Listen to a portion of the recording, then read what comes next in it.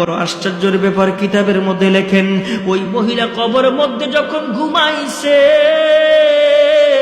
ঘুমের ঘরে তাকায়া তাকায়া দেখে বিরাট বড় একটা সুন্দর জায়গা, একটা জায়গার মধ্যে একটা মহিলা ফুলের বাগানের মধ্যে বসে আছে।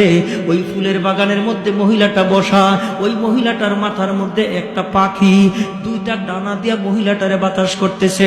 সামনে জান্নাতি খাবার, সামনে কত সুস্বাদু অনেক সুন্দর সুন্দর জিনিস, আর একটা পাশে মহিলা বসা আছে।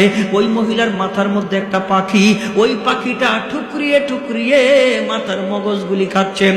এই দৃশ্যগুলি দেখা মহিলাটা ডাক দিয়ে কয়, কে তোমরা, কারা তোমরা, কোন অপরাধে আল্লাহ তাআলা তোমাদের এই শাস্তি দিল? এ মহিলা, তোমার আল্লাহ তাআলা এমন সুখের ব্যবস্থা কেমনে করলো? ওই মহিলাটা ডাক দিয়ে কয়, আমার স্বামী আমার প্রতি সন্তুষ্ট ছিল গো, এই কারণে আল্লাহ তাআলা পাখি দিয়া বাতাসের ব্যবস্থা করছে, জান্নাতি খাবারের ব্যবস্থা করছেন।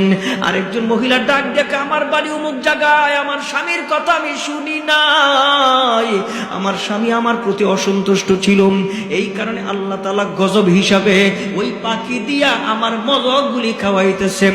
তুমি তো এখানে চিরস্থায়ী আসো নাই, মরো নাই, তুমি তো জিন্দা। ওই এলাকায় যাই আমার স্বামীরে কইও, পারলে আমার যেন মাফ কইরা দেন। আমার বন্ধুগণ 3 দিন পরে কবর থেকে বের হইছেন। ওই মহিলাটা বড় অস্থির, ওই এলাকায় গেলেন, ওই এলাকায় যাইয়া ওই স্বামীরে ধরলেন, অমুক জায়গা অমুক কবরের মধ্যে কি তোমার স্ত্রী ঘুমায়? কয় হ।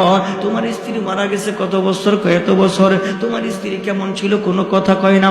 হায়রে, যত হোক স্ত্রী, স্ত্রীর বদনাম স্বামী করতে পারে না, স্বামীর বদনাম স্ত্রী করতে পারে না। আল্লাহ নবী, রহমতের নবী ডাক দেখে, জগতের মানুষ, জান্নাত তোমার ঘরে।